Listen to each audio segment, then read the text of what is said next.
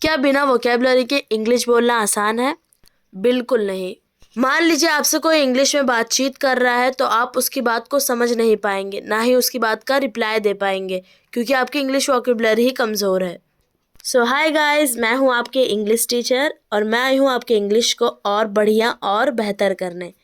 Hopefully मेरी video से आपको बहुत हेल्प मिलेगी। सो चलिए वीडियो को स्टार्ट करते हैं। तो हमारा पहला वर्ड है रीज़न। रीज़न का मतलब होता है कारण, हेतु या सबब। इसका आसान मतलब होता है किसी चीज़ का पीछे का कारण या वजह। जैसे कोई पूछता है इसका कारण क्या था, इसका रीज़न क्या था, या तो कोई घटना के पीछे का स्पष्टीकरण यानी एक्सप्लेनेशन। मैं आपको इसका एग्जाम्पल बता देती हूँ। इस शोर का कारण क्या है? What is the reason for this noise? What is the reason for this noise? हमारे पास एक और एग्जाम्पल है। शिकायत करने की कोई वजह नहीं है। There is no reason to complain. There is no reason to complain. अपना तर्क इस्तेमाल करो।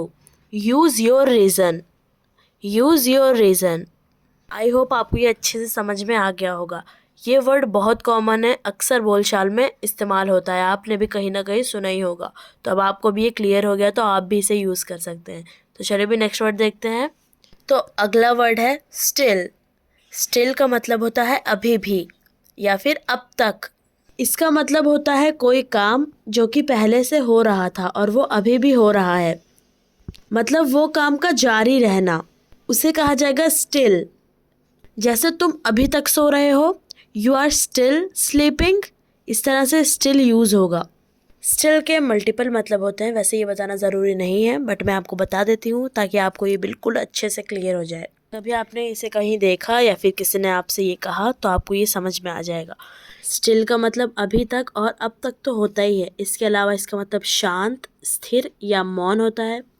इवन इसका और मतलब है, बट मैं आपको अभी नहीं इसे फिर कभी बताऊंगी, वरना वीडियो बहुत लंबी हो जाएगी जो मैं नहीं चाहती, और मैं इसके लिए अलग से वीडियो ज़रूर बनाऊंगी। तो अभी मैं आपको ये बता देती हूँ कि शांत, स्थिर और मौन को किस तरह से यूज़ करना है।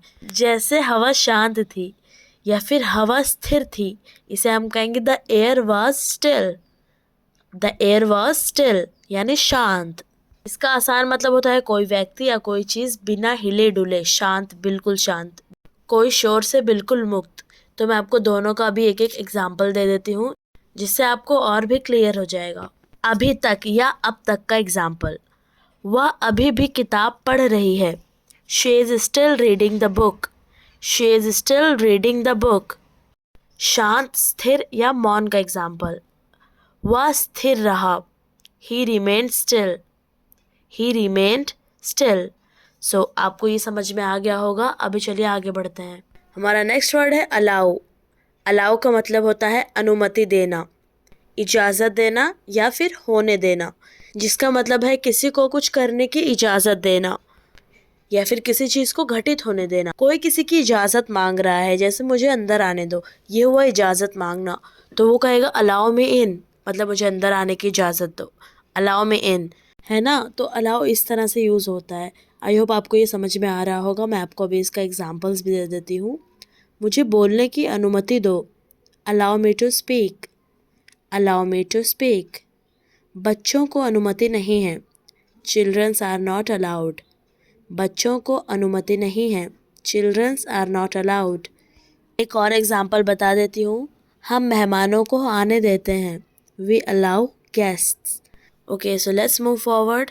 हमारा नेक्स्ट वर्ड होगा destination.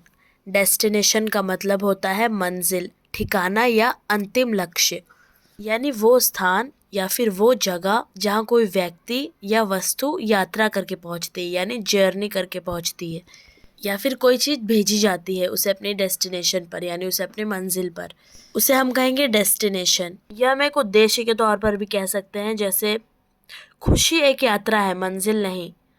Happiness is a journey not a destination. ये वर्ड बहुत ज़्यादा अच्छा है, इसे बहुत ज़्यादा इस्तेमाल किया जाता है।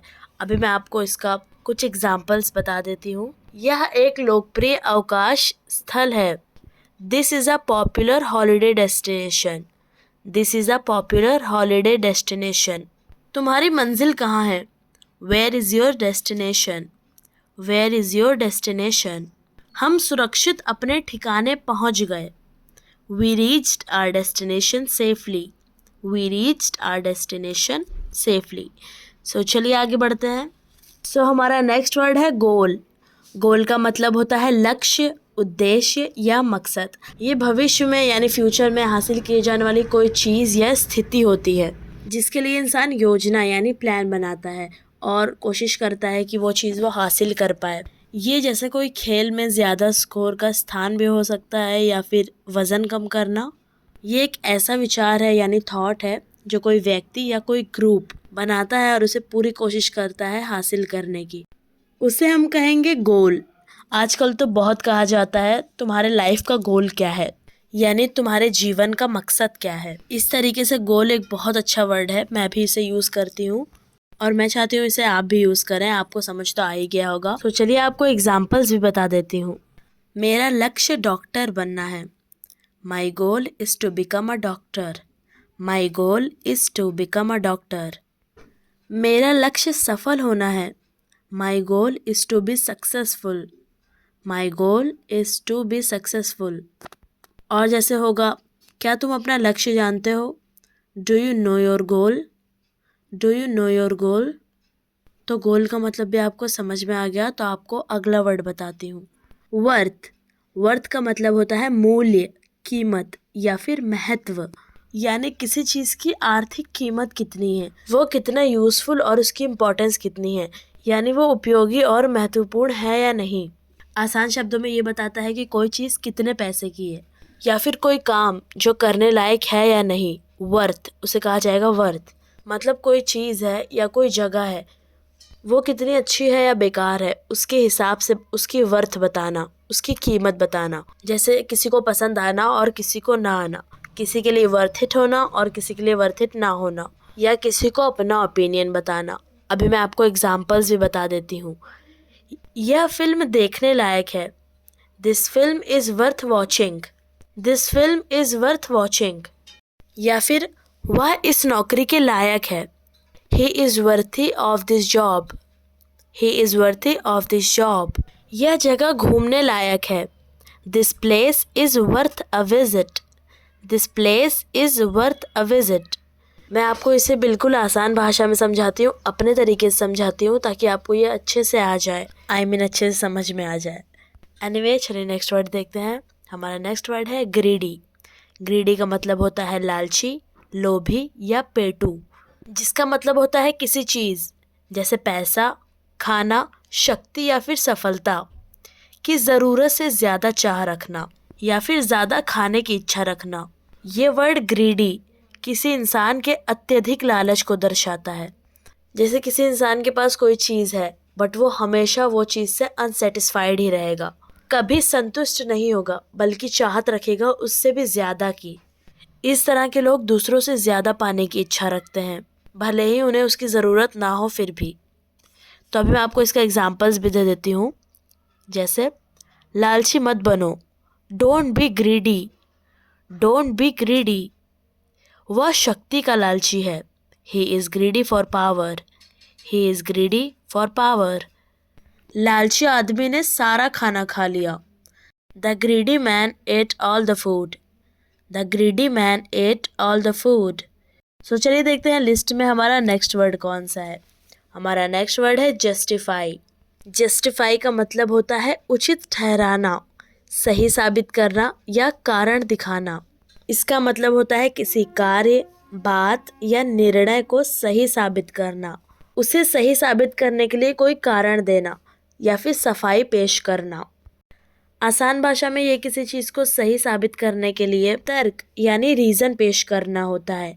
मैंने रीज़न का मतलब आपको बताया था अभी मैं आपको इसका एग्जाम्पल देती हूँ। मैं अपनी गलती सही नहीं ठहरा सकता।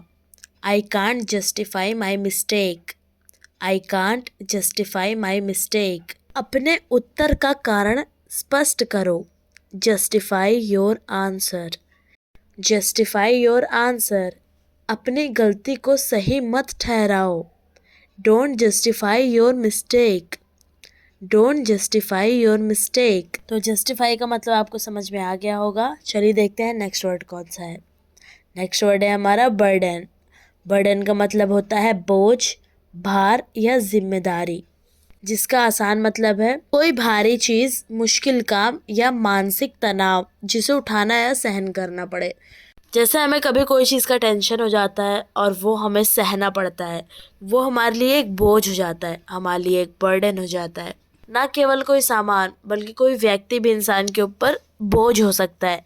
जैसे मैं तुम पर बोझ नहीं बनना चाहता, मैं तुम्हारे ऊपर बर्डन नहीं बनना चाहता।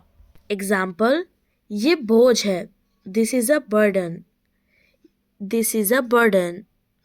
जिम्मेदारी का बोझ, burden of responsibility, burden of responsibility. मैं बोझ नहीं हूँ, I am not a burden, I am not a burden. तो बर्डन का मतलब होता है बोझ।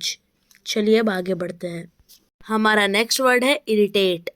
इरिटेट का मतलब होता है चिढ़ाना, गुस्सा दिलाना या परेशान करना, जिसका आसान मतलब है यानी किसी को परेशान करना।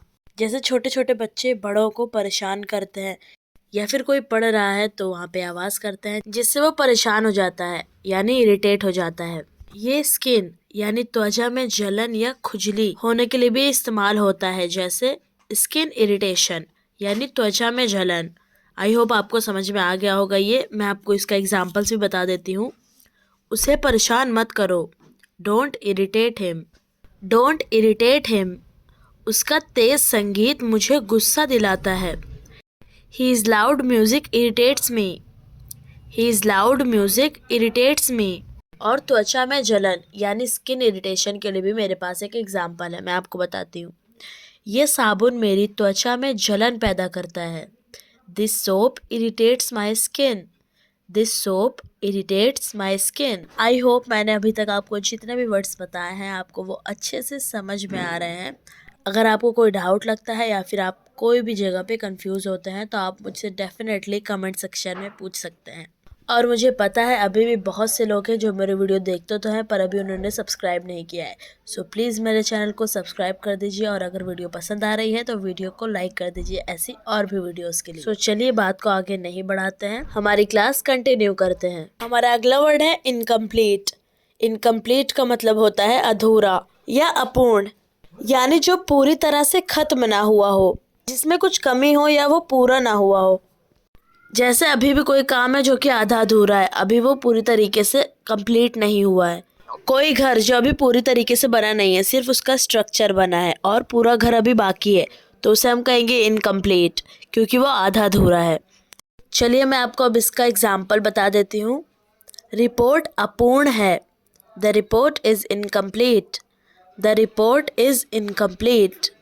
तुम्हारा लेख अधूरा है, your article is incomplete, your article is incomplete. There is one more example, तुम्हारा होमवर्क अधूरा है, your homework is incomplete, your homework is incomplete. So incomplete का मतलब होता है अधूरा। सो चलिए आगे बढ़ते हैं। हमारा नेक्स्ट वर्ड है कैरी ऑन। कैरी ऑन का मतलब होता है जारी रखना, करते रहना या आगे बढ़ना, जिसका मतलब है किसी काम या बातचीत को बीच में रोके बिना लगातार करते रहना या किसी स्थिति यानी सिचुएशन में भी आगे बढ़ते रहना। इसे किसी को प्रोत्साहित करने यानी मोटिवेट करने के लिए भी इस्तेमाल किया जाता है, जैसे आगे बढ़ो, लगे रहो, इस तरीके से, खासकर जब कोई बीच ही में रुक जाए। आसान भाषा में जब किसी को अपना काम जारी रखने के लिए कहना होगा तो उसे कहेंगे कैरी ऑन। अभी मैं आपको इसका एग्जाम्पल भी बता देती हूँ। अपना काम जारी रखो, carry on with your work, carry on with your work. ये अच्छा काम जारी रखो, carry on the good work, carry on the good work. तो कैरी ऑन का मतलब होता है जारी रखना। सो हमारा आज का लास्ट वर्ड है एक्सेप्ट। एक्सेप्ट का मतलब स्वीकार करना, मानना या कबूल करना, जैसे कोई गिफ्ट, सिचुएशन या फिर अपनी रिस्पॉन्सिबिलिटी यानी जिम्मेदारी को स्वीकार करना।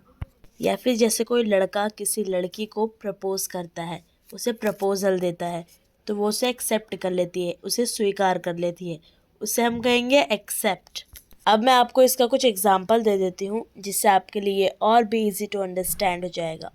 उसने उपहार स्वीकार किया, she accepted the gift, she accepted the gift.